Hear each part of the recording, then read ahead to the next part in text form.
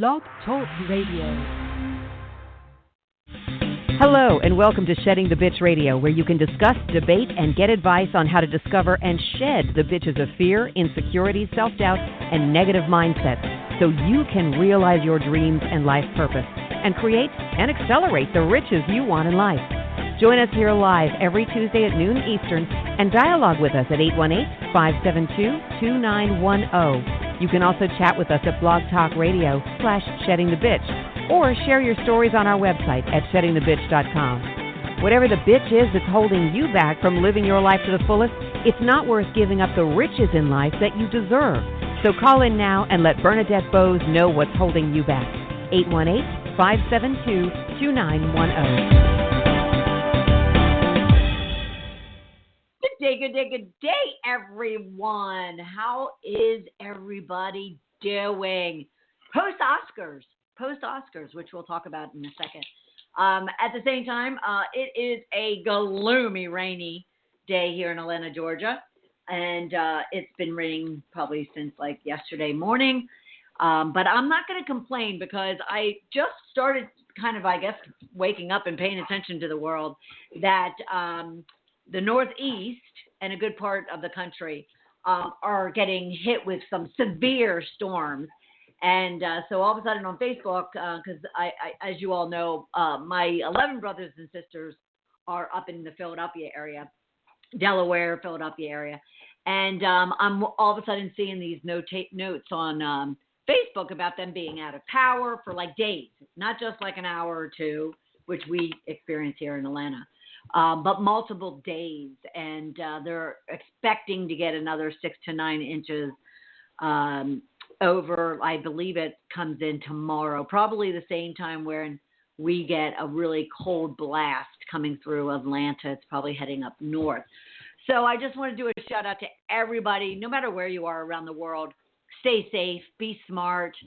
To my family, stay off the roads, stay warm. Without that electricity, I know many of you went to a hotel room. Don't try to bear it and bear that cold. Get somewhere safe, warm, dry, all that kind of good stuff.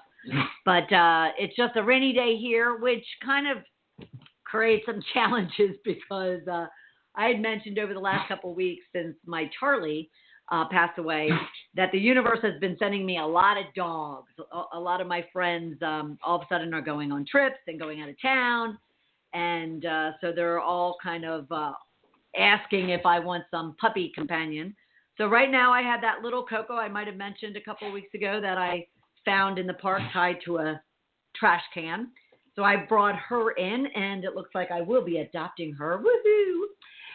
But and she's only about 8 pounds. She's one of those long-legged chihuahuas. But then her buddy Simon shows up yesterday, I believe it was, and he's a 150-pound Greater Swiss Mountain Dog. So the two of them are a hoot. I probably should post videos or pictures of them up on our Shit in the Bitch page. So you might hear some chatter in the back because without the sunshine and the dryness outside, they are in my studio. So, and it seems as if they've both woken up from their morning rest and they're starting to get feisty. So you might hear some growls throughout the program. Let's see what else. I mentioned the Oscars. Many of you know I'm a screenwriter and have been kind of tapping my toe into the entertainment industry over the last 5 or 6 years. And of course, so the Oscars have become more and more interesting, I'll call it, interesting to me. And just kind of now paying attention to, the Screenwriter Awards and the Director Awards, that kind of thing. Not as much the fashion and all that kind of good stuff. That was fun to watch. But I was really excited this year, knowing that, on the heels of the Time's Up and the Me Too movements and everything that's going on in Hollywood, was very interested to see how this was all going to play out. And I think Jimmy Kimmel and the whole show did a fabulous job in regards to not making it so politically charged as much as just raising their voices and really making some powerful statements very nonchalantly. So, for instance, and I'm drawing a blank on the star's name. It was up for, she was announcing the Directors Awards, and so instead of the typical kind of announcement, she said, because it happens to be the first female director nomination since like 2004 or something. So she happened to say this, the star, that I'm still drawing a blank on her name, she happened to say, oh, well, the fabulous work of these 4 men and Greta Gardy, I believe it's her name. And it was just emphasized as as an individual, as a female, and calling out her name versus lumping them into just all men was, got quite the response from the audience. And then, they just overall, Francine McDermott, who won the Best Actress Award, she asked all the female nominees across all categories to stand up, and it was quite jarring how few women in the entire audience were on their feet against all the men in the room. But there was those kind of subtleties. And then even I just was thrilled. I haven't seen Black Panther yet. If any of you have, would love your comments on our Shedding the Bitch page, even on our Twitter Shedding the Bitch page. I'm looking forward to watching it. I just haven't had the time and haven't really been in a place where I can get out to the theater. But I'm just thrilled at the response and at the results and at the statements that movie is making, not only for the African American community, but more so for just overall minorities, women. And it's just about time that we are kind of putting those individuals, those representations up on the big screen, even the small screen. So the young people of today and yesterday can kind of see themselves and what opportunities they have for themselves. So it was all very exciting, and all I will say on that note is just we have to continue raising our voice, even though I've been in meetings over the past month or so, and something will come up in regards to the Me Too or the Time's Up or diversity and inclusion, and men, especially the white men, will kind of make some obvious gestures towards their frustration over it. And you know what? Especially as we women, we have to ignore that. We can't be intimidated by it, and we have to continue appropriately raising our voices and making sure that these issues are brought out and are spoken about and are recognized. For instance, Jimmy Kimmel, which I absolutely love the way he did this, he even brought up the whole controversy regarding Mark Wahlberg and Michelle Williams. They had to do that remake of that movie, The Richest Man in the World, because of Kevin Spacey being replaced. And they kind of highlighted the fact that Mark Wahlberg was paid $1.5 million for that remake, that 5 days of shooting. His agent negotiated $1.5 million for him. Michelle Williams basically got union pay, which is about $80. If not a week, it's a day. Something piddly, just something absolutely pathetic. What was more unbelievable about that, absurd about that, was they are both represented by the same agent. And I hope to God she fired the living crap out of her agent, because just the thought that, they would go to bat for Mark and not for their other client being a female is just absolutely absurd. Now, a lot of people would talk about the fact that, well, Michelle should have spoken up, but quite honestly, she didn't know about Mark, and Mark didn't know about her. Those kind of negotiations are kept individual, so to speak.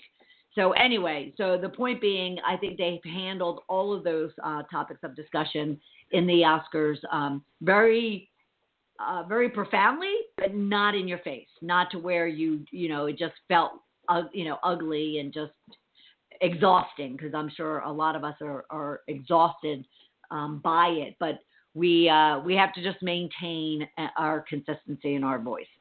I'll leave it at that. Okay.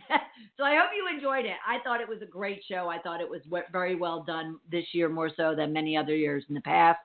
And it was fun to be in a room full of female writer, producer friends of mine here in Atlanta. I typically don't go to an Oscar party, but was invited out to one, and it was fun to be around that energy while watching it. So this is about you, though. This is about you. This is about you. This is about you. This is Ask Me Anything. And I have some fabulous questions, and I want to thank all of you for them that we're going to be discussing. We have a number of questions all about both business and personal. We're going to be talking about how you can leverage, a radio or a podcast similar to this one for your business, or even I threw in there for your personal brand. How can you take risks when you're riddled with fear? And what makes a powerful pitch? And I'll describe why that was an important question that I thought we should definitely discuss today. And then the last one, actually there's two. The next one would be, what do you do when it's time to cut ties with a friend or a relationship, an employer, or just someone, individual? And then the last one just came up this morning, actually, and that is, what do you do if a potential client or a business partner that you're working with or you're wanting to work with, what if they showed up 3 hours late for your meeting and you're in a room full of people that you're trying to kind of entertain and stall and engage on other matters, but this individual is key to that meeting and that outcome of that meeting, and yet they're 3 hours late. What would you do in that situation, and what would you do with that relationship going forward? So we have a lot to talk about, so we're going to take a quick break. I'm going to take a quick sip of water, and when we get back, we're going to dive into all of these. Ask Bernadette anything. We'll be right back. You are listening to Shedding the Bitch Radio with Bernadette Bose. We are inspiring individuals around the globe to discover, confront, and shed their bitches of fear, insecurity, and negativity so they can create the riches in their career, business, and life they deserve. Be sure to check out Bernadette's book, Shedding the Corporate Bitch, Shifting from Bitch to Rich in Life and Business, available on Amazon and sheddingthebitch.com. We also want to thank our sponsors, TSR Consulting, who offers a broad range of tax services for small to corporate-sized clients. Go to tsrconsulting.com to learn more. And Parker House Virtual Services, who provides virtual assistance and social media support for small to medium-sized businesses. Email Deborah Parker at deborahparker78@gmail.com for more information. To become a sponsor or advertiser on our program, email us at mediarelations@sheddingthebitch.com. Shedding the Bitch Radio airs every Tuesday at noon Eastern Time. Be sure to go to blogtalkradio.com/sheddingthebitchradio and follow the program for all of the updates and announcements of our guests and show topics. Now let's return to Bernadette and Shedding the Bitch Radio.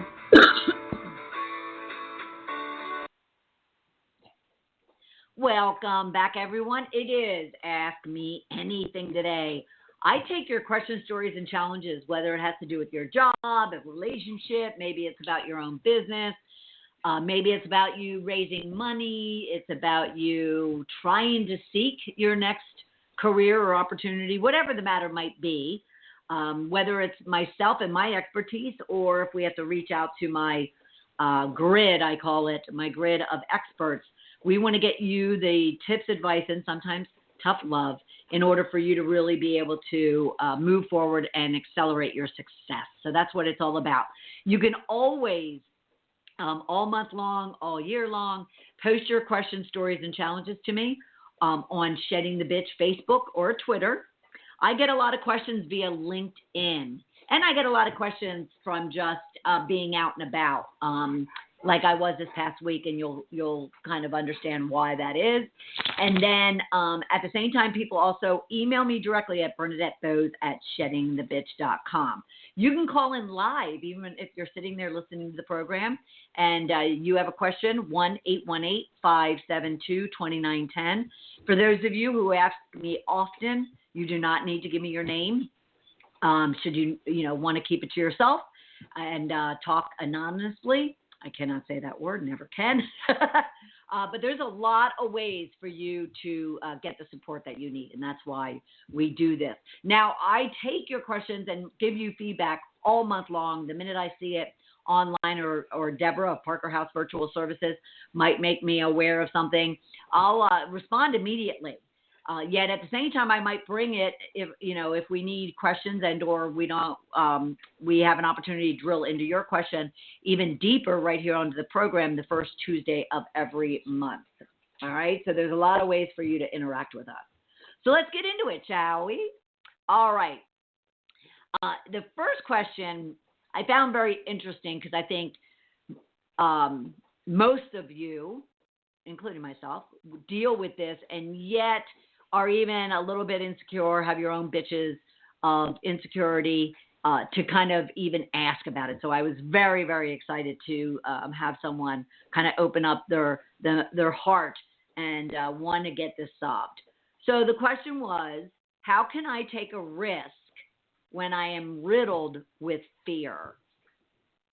Now, this is a question, even though the individual may not know it, this is a question that basically keeps me very busy with my clients and with my roster of those that I work with, because this is kind of the bottom line. This is the foundation of what it is that many coaches like myself kind of work on with our clients.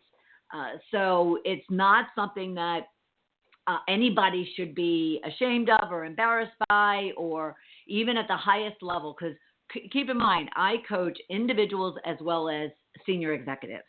And when you really kind of peel back the onion, so to speak, on what it is that they're trying to achieve or address, it comes down to this, wanting to take those risks, wanting to pursue their goals without fear, without doubt, without insecurity, without negativity, all of those bitches we always talk about. So what can you do if you are riddled with fear and yet there's this big, thing you want to go and pursue? Well, you'll learn very quickly from me. We don't focus on the fear. So I'm going to really kind of lay out for you exactly what I do with my clients. So you can make note, you can scribble all you want, you can come back to this episode on occasion. And this is really what I would do with you if you came to me with this question and or something that I recognize really kind of comes down to this question. And what I do, which we talked a lot about, is I try to get out of your emotion toward this type of question and get it very logical, get it black and white, actually, get it out of your head and onto a piece of paper. Because as I'll always say, it's much easier to look at something like this in writing in black and white. It becomes very logical, the path that you take to solve it, than if you would just keep it in your head and let it, swarm around in there, affecting every aspect of your being. And excuse me. So I'm going to walk you through some questions that you can make note of, and that you can always kind of keep, by your side. And whenever you get into a situation where you're just really trying to work through your own insecurities, your own doubts, your own fears, these are the type of things that, any, excuse me, any coach would have you work through for yourself. Okay. So again, we don't focus on the fear, and I'll talk about fear toward the end of this explanation. You'll have to excuse me. Let me just take a quick sip of water, which is never easy to do when you're on a radio program. But okay, so this is what I want you to look at. So I first want you on a piece of paper, remember, out of your head onto a piece of paper. Even if you're listening to this, go back if you don't have pen and paper right now. Go back and actually write it out. Focus on it. Don't let it, don't answer these questions in your head. Actually put it down on paper, because you'll be amazed at how logical it all of a sudden looks, and it's not as big and scary as you made it out to be, because you kind of just let it wreak havoc on you. Okay, so the first question would be, what is it you're wanting to do? What is that risk? In the case of this individual, what is that risk that you're looking to take on? Maybe you're looking for a new job. Maybe you want to leave an employer you've been with for a long time. Maybe you want to kind of take on a totally new career position, company, whatever the case might be. Maybe you want to start your own business. Maybe you finally want to take that risk that it appears scary to you when it comes to a relationship, or when it comes to money, or when it comes to buying a house, whatever the case might be. What is it? So lay it out and write it out. What is it? So it actually gets translated into what is that goal, because that's that risk that you're looking for. It is actually a goal that you have for yourself, or a pursuit. You can look at it like that. What is that pursuit? So you kind of describe that in as little or as much detail as you want. Now, the next thing I want you to focus on and want you to write down and actually explain for yourself is, what is it about that gets you excited? Well, and we'll get to why is it important. But right now, I just want you to think about, and I really want you to feel it. What is it about that risk, about that pursuit, about that goal that gets you excited? And maybe excited is not the emotion, is not the expression. So define whatever it is. So if you have a money goal, it might be that you're not excited. It might be that you're, feeling at peace or calm or stable or secure or free from that burden. But what is that emotion that you have all tied up in this? But remember, we're not talking the negative. We're not talking about the fear. We're talking about what is it about that risk, pursuit, or goal that gets you just all fired up. Okay? So then ask yourself, why is it important? Why is it important for you to do this? Maybe it's something that you've always dreamt about. Like if you ever sit down, I sat down and watched The Voice last night, and they'll always say, oh, this is something I've always wanted to do. They're 17 years old, by the way. But then they'll say, oh, I've always wanted to do this since I was a kid, and this will be my last opportunity. And it bothers me when even the 50-year-olds say that. But anyway, so why is it important for you to actually go out and put yourself out there to take on this risk, this pursuit, or this goal? Why is it important? Maybe it's a stability for your family. Maybe it's just a passion that you always have. Maybe you want to give back. Maybe you want to serve, whatever the case might be. Now, you'll notice as you're answering and really focusing on these questions for yourself, you have to be feeling excited. You have to be feeling clearer on it. You have to be feeling like you're getting very energized, very determined around it, because you're focused on really, what it is about this thing that is really going to transform you. And that's what taking risks and following pursuits and goals is all about. So the next thing I want you to think about and write out is, what will your world look like when you actually take that risk, or when you actually achieve that pursuit or goal? What will your world look like? So, for instance, if you were to go and look, for a new job or a new employer or a totally new career or a business or a relationship, obviously that's going to create change in your life.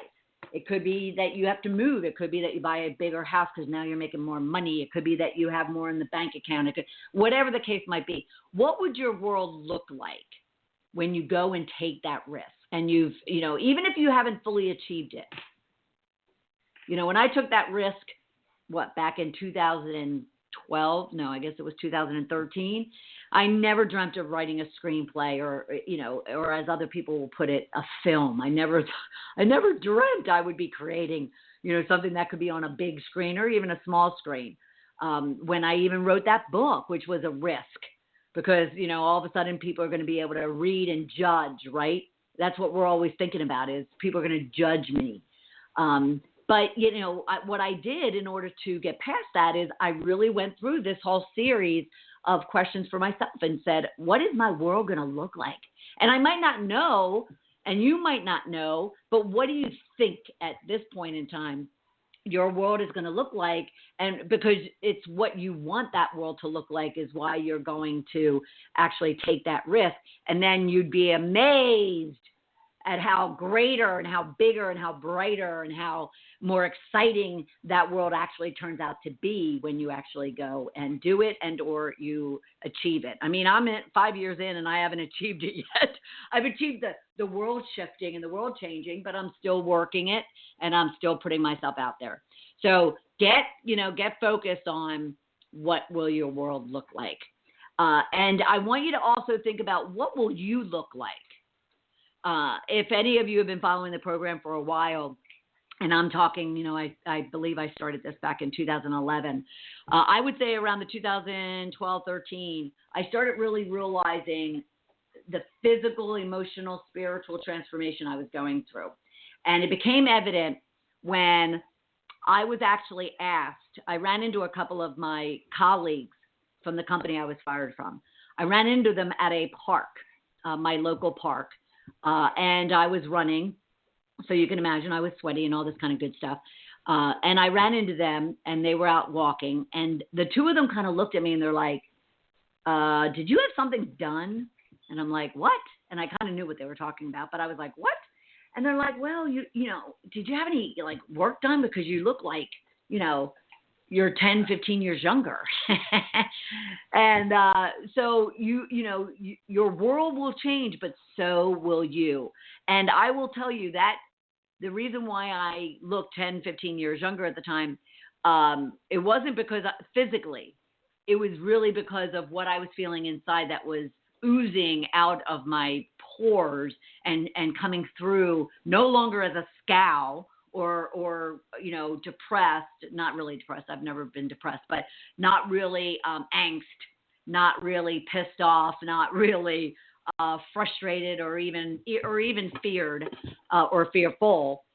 It was, now it was kind of peace and acceptance and, so forth and so on.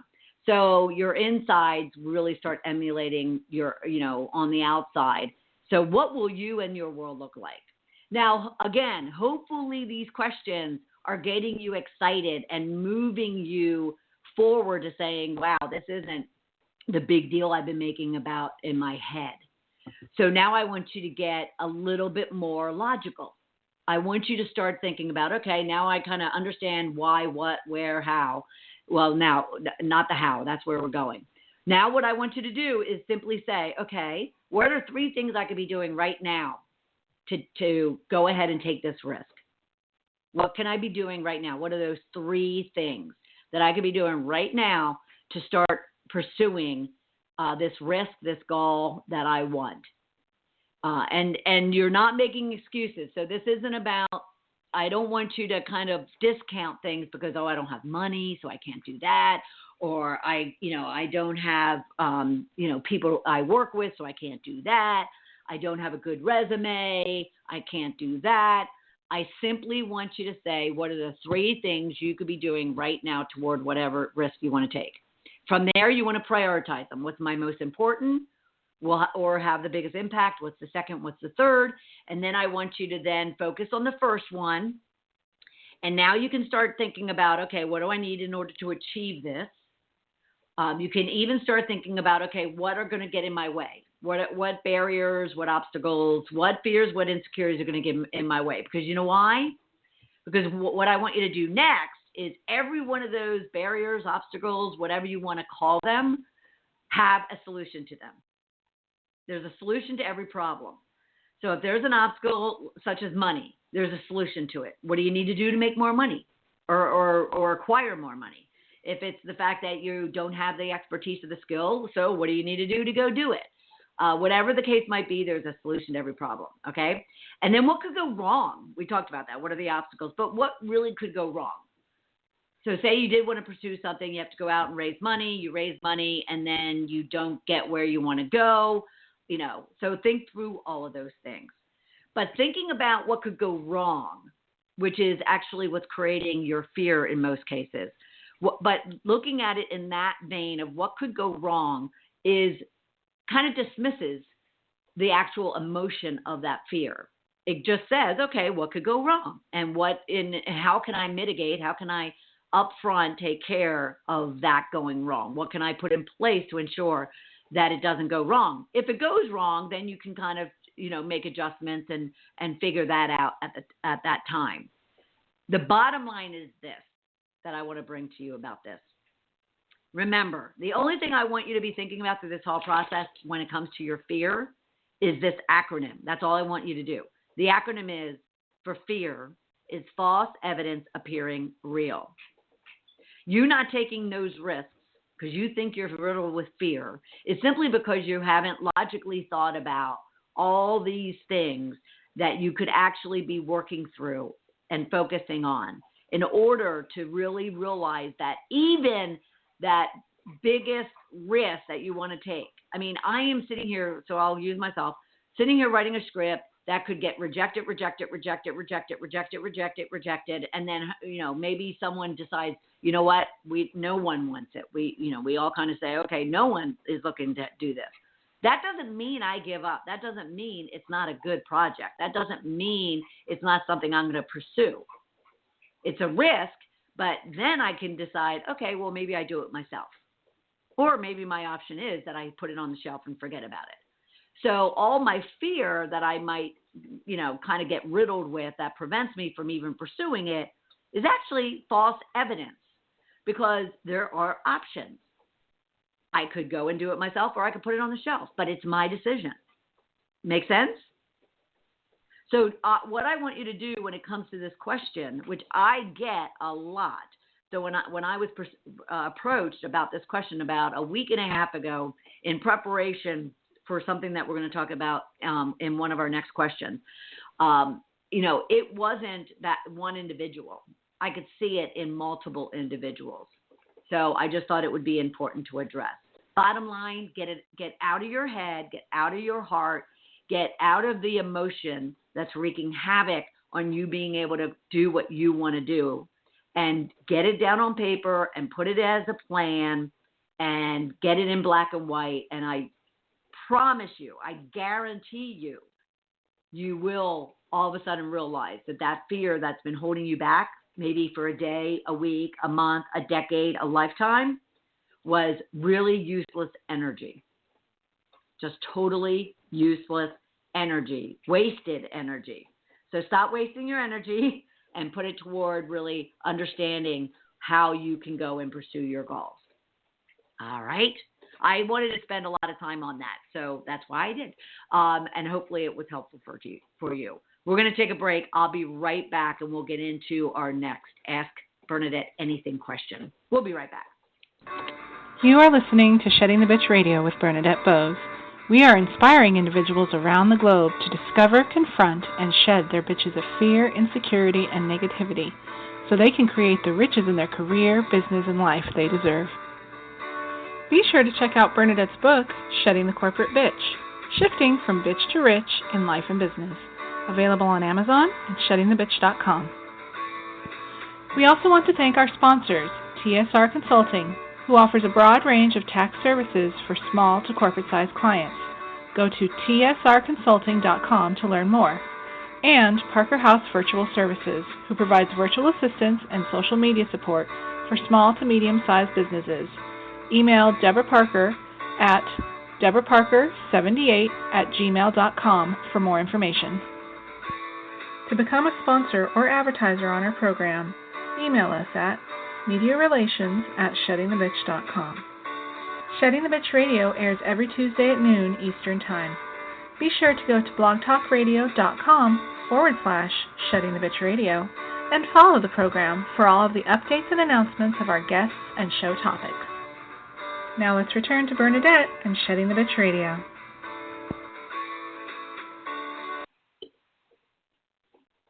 Welcome back, everyone. We are addressing your questions, stories, and challenges on our monthly Ask Me Anything or Ask Bernadette Anything episode, which is the first Tuesday of every month. So you can participate by posting your stories, questions, or challenges out on our Shedding the Bitch Facebook or Twitter page. You can go to LinkedIn and send them to me directly through LinkedIn. You can even email me at bernadettebose@sheddingthebitch.com. You can also call in while we're live on the air for another roughly 25 minutes. You can also be calling me, 1-818-572-2910, and we'd be happy to take your questions, live during the program as well. All right? All right, so our next question actually is whether you are a stay-at-home mom, a solopreneur, a corporate executive, a business owner, or you're just an individual, a woman or a man in a relationship or wanting a relationship or whatever the case might be.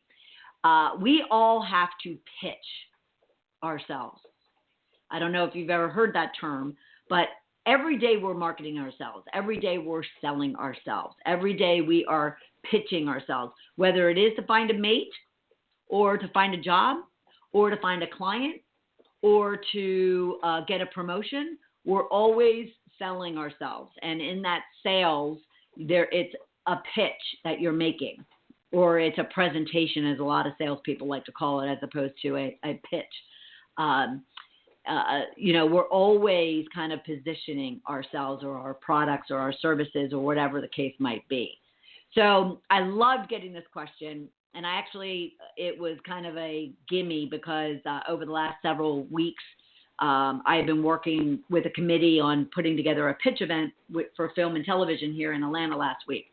So I wasn't surprised because I do this a lot throughout the year. I plan pitch events, which can bring together creatives, film and television people. But regardless of what industry you're in, it is important, and it's a great trait and a skill to have to learn how to pitch, because like I said, it applies to anything and everything that you're looking to do and accomplish. So the question was, what makes a powerful pitch? In this case, it was twofold. It was what makes a powerful pitch for raising funds. So say you have your own business or a product or a service, and you're looking for funds to apply to developing that product or service. But it was also relevant to this pitch event. It was also what makes a powerful pitch to studios. So HBO, Lionsgate, E! Entertainment, Amazon, whatever the case might be. What makes a really good film or television pitch to them. So, but again, regardless of what the pitch is, which we are all doing on a regular basis, you can apply these tips and pieces of advice, okay? So the first thing and the only thing and the big thing that you just need to put on a piece of paper is you. You could say you as in the letter U, or you could put YOU. But the most important factor of any pitch in any situation for anything that you're pursuing is for you to be you.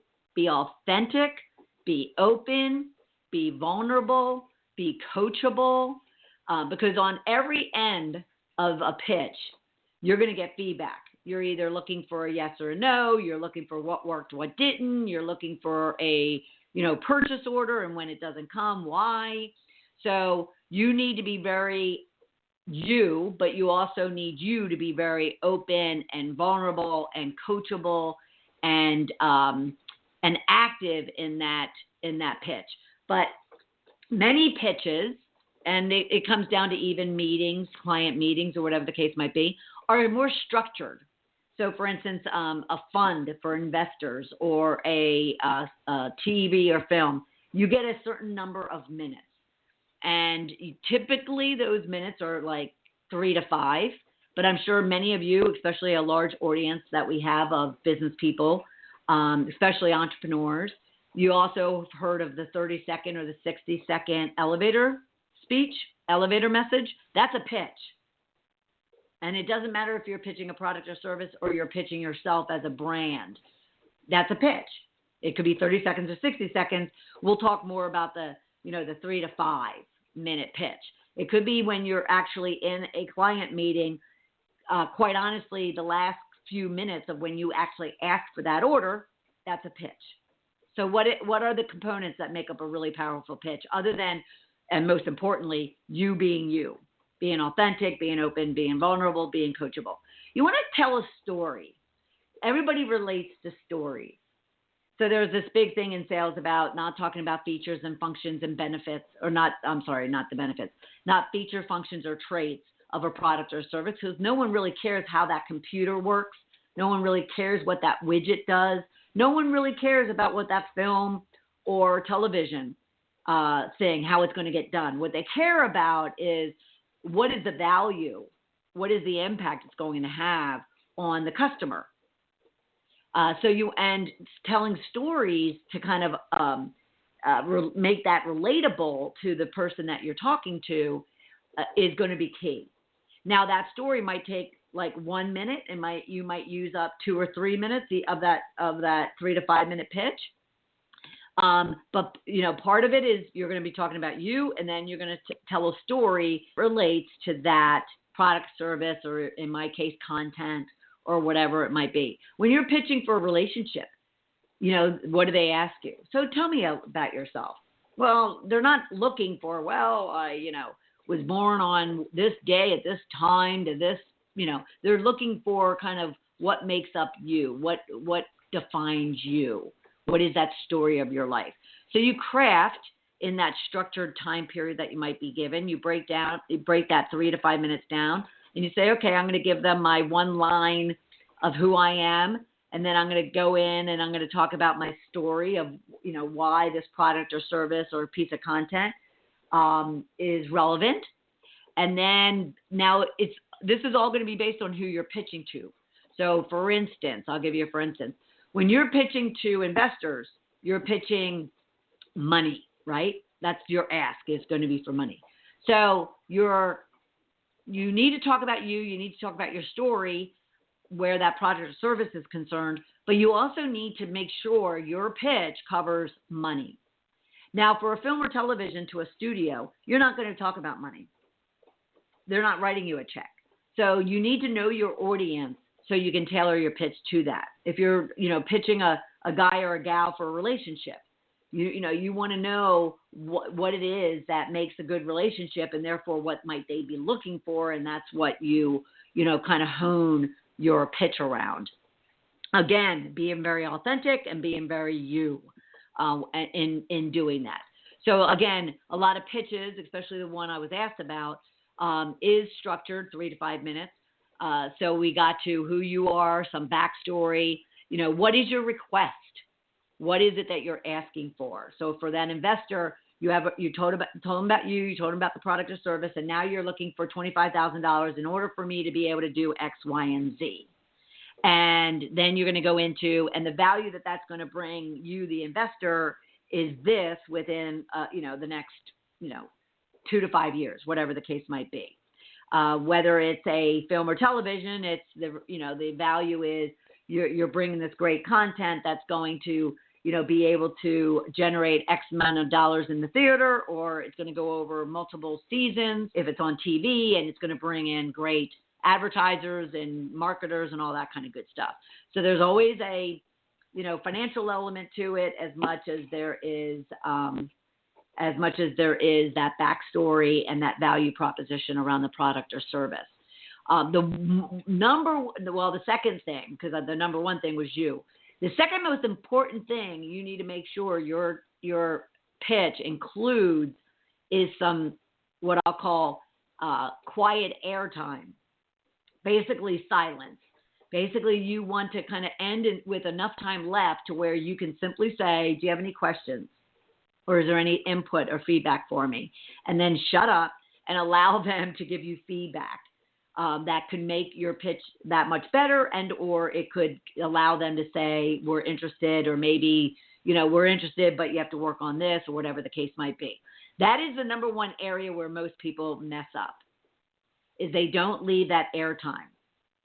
All of a sudden they give their ask, as they call it. They give their ask, and then they keep talking, and they never really just go quiet so they can get a response.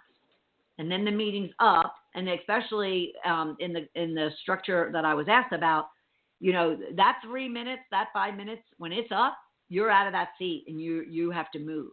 You don't have an opportunity to stick around. Now, the executive might ask you to stick around, but in a lot of cases, they don't. Your client might allow you to stay in the meeting longer, but in some cases, they're back-to-back and they don't have time. So if you want to make a powerful pitch, one, you should plan it, you should practice it, and then you should do your best to actually present it in order to either come out. Now, and I want to emphasize this, you could come out with a yes, you could come out with a no, and both of those are wins. What's not so much a win is if you come out with like nothing said, nothing decided on, and you're left in limbo. And that happens quite often. So if you really want to make a powerful pitch, whether that's for a job, whether that's for a relationship, whether that's for a, investor fund, whether that's for a TV, film idea, whatever the case might be, you just want to make sure you have these factors or these components in your pitch.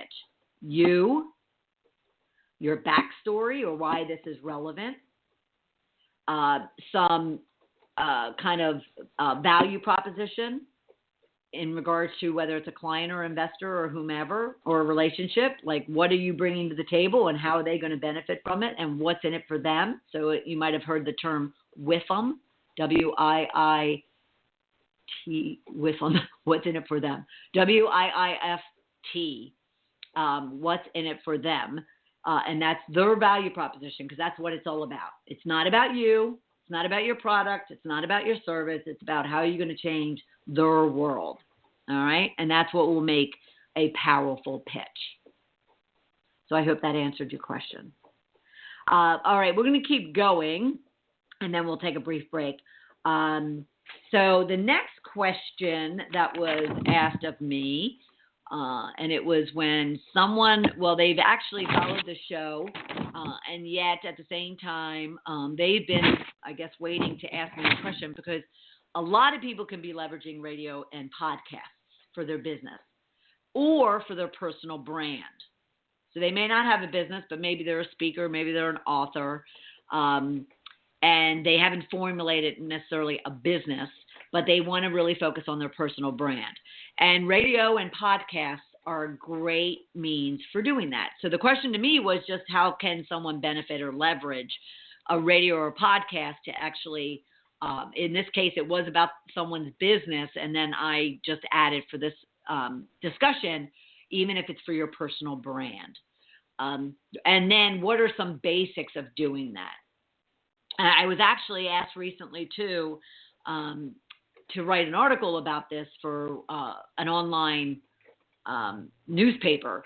And so you'll actually even see me taking this and blowing it out quite a bit. So I'll be posting that on Facebook and Twitter and sending it to the individual that asked me about it. So how can you leverage radio or podcast in order to expand your business? Well, first off, we all have something to say. You'll hear that a lot. As an author and a screenwriter, I believe every single one of us have a story, have things to share, have things to teach, have things to coach and mentor on. Every one of us, if we've lived on this earth for a day, has something that we could be sharing with others in order to, make someone else's day brighter or easier or more creative or open, whatever the case might be based on our own experience. So that said, you just can't get on a radio show and just kind of talk, although sometimes I feel like I do that. The first thing that you want to do is you really want to understand why. Why is it that you want to do a radio or podcast? So thinking through and answering the question about how can you leverage radio or a podcast for your business or personal brand, it's really just building a business plan or a business case before you take action on it. So what is it about it that you think could benefit your business? What would the theme be, or what would the promise, as many people will call it, what promise are you making to your listeners, to your audience, as to what it is that you're going to accomplish through your radio or podcast? through that amount of time that they're going to take in listening to you. And then you work through who is your audience. Is it young? Is it old? Is it men? Is it women? Is it a combination? Is it business? Is it personal? Is it corporate? Is it entrepreneurial? Is it for the African American community? Is it for the Asian community? Is it for everybody globally? You really want to get very business planish around it. So who's your target audience? What kind of format do you want to use? Is it a interviewing type? Is it where you have a co-host and the two of you are just bantering? Is it where you have guests, purposely guests that you bring on to the program because you want to work with them? Let me explain that a little bit more. There is someone in town, and I admire and respect her greatly. And I just thought when I started my radio program back in 2011, I think it was, I really kind of looked to her to kind of, figure out the model. Because what I was very impressed with is she's in the, geez Louise. She is in the insurance business, business insurance business. And so her audience would be other business owners. Her clients are business owners. So what her format she decided to do is that she would have a 50-minute radio program / podcast. And what she would do is she would invite 3 business owners in that are local here in town. And she was in a studio. And that's another thing you want to think about. Do you want to do something in a studio, or would you rather be able to be very flexible and do it right, from your couch or from your office and not go into a studio? There's different reasons for any of the formats you might choose. So that's a question that you want to ask yourself. I tend to do both. I do a lot. Everything's done through my computer, but at the same time, I might go into a studio and do it from there. I might go be at a conference or on vacation, because many of you who follow me every May, I take my show with me. I bring guests into my studio or into one of my offices, Rome offices, and we'll videotape it. So there's a lot of things to think about. But what Amy did is those 3 individuals were potential business owners that she wanted to do business with. And she, therefore, was providing them a platform, which she made very transparent. She was providing them a platform to talk about their business for like 10 minutes or 12 minutes of her program. And she'd give that opportunity to 3 of them each week. It allowed them to get to know her, allowed her to get to know them. And then she used that as a lead generator to where then she went and would pursue them and build a relationship, from that and take it and allow it to go wherever it went. So she does it from a business building perspective. I tend to do it from a brand development perspective. So I want to bring you, and my promise is to bring you experts and messages and topics that would allow you to, transform, be motivated, be inspired to really create and accelerate whatever it is that you want to achieve in your life. So my guests are really not as much about, people I can work with or potential clients for me. They're more so experts and resources for you, of which then I'm building my network and my brand. So you just want to find out and figure out for yourself kind of why would you be doing it, for what purpose, for what audience, what's the value to them, how is it going to support your business or brand, and then what is that format that you want to be doing. So those are more, the technical questions when you get into that. And then you can simply kind of go about finding the platform that you might want to use. So there's a lot of platforms out there that you could be using. Again, you can go into a studio. I'm sure wherever you live around the world, there are these radio studios that you can rent space and have a weekly show, a monthly show, whatever the case might be. There's online platforms where, like what we use is Blog Talk Radio, where they provide you that software, where there's a studio platform where you can have commercials and put up links and, broadcast live from it. And then it creates even a podcast for you.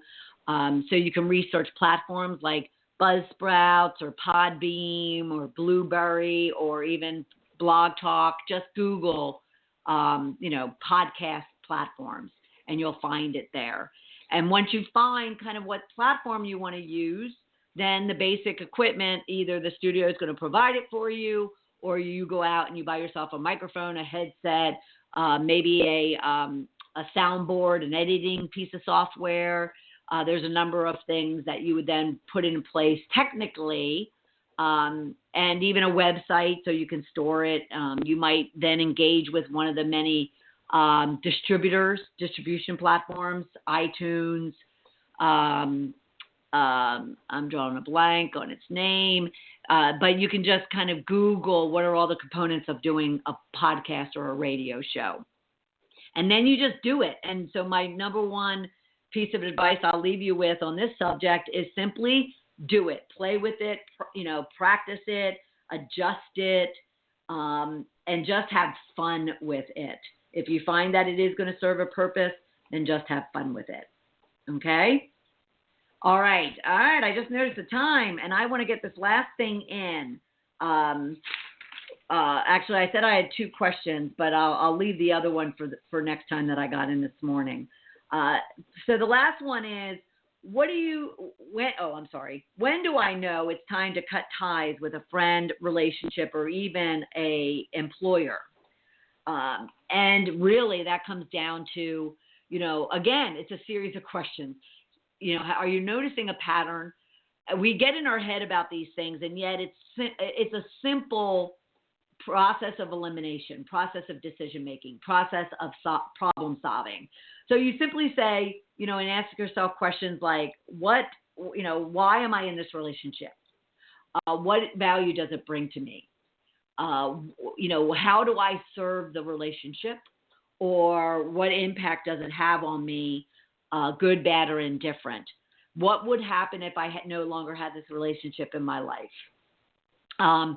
What changes and shifts can I make if, for instance, say you can't kind of cut ties permanently with someone?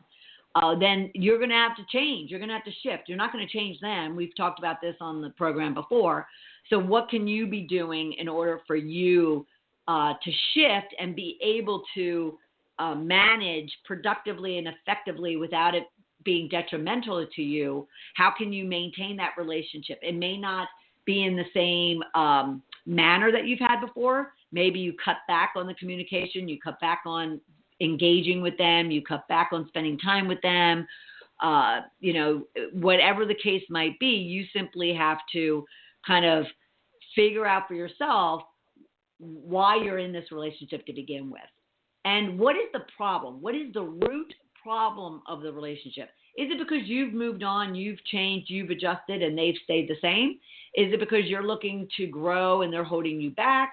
Is it because, you no longer have anything in common, even if it's an employer or if it's a friend, let alone a relationship? If it's not serving you is the bottom line. If it's not serving you in any way, then that answers your question. And now, is it hard to make that change? Absolutely. Absolutely. If anybody tells you it's not, they're fooling themselves. And they're not doing you any good or any justice. So yes, it's going to be hard. But then the questions you need to ask is, again, very similar if you go back to the early part of the call or the program, the other questions. It's very similar questions you need to be asking yourself. Is, what will my world look like with or without this person? And if it's, a better world, a better life, then you have the answers to it. And what steps can you take? Maybe you don't do it all at once, but over time. So what are those 1 to 3 steps you could be taking to make that relationship different than what it is right now? All right. I'm going to keep that on the list for the next program. And if any of you have that question for yourself, let's dig deeper into it than what we were able to do today. All right. I want to thank everybody and all of our people that have sent me their question stories or challenges. Keep them coming throughout the month. And we'll be right back here next Tuesday at noon Eastern time for another episode of Shedding the Bitch Radio. Thanks, everybody, and have a beautiful, beautiful week. Talk to you soon. Thank you for listening to Shedding the Bitch Radio with Bernadette Bose. Join Bernadette every Tuesday at noon Eastern as she helps you shift your bitches to riches. And the dialogue is always going on at sheddingthebitch.com. See you next week.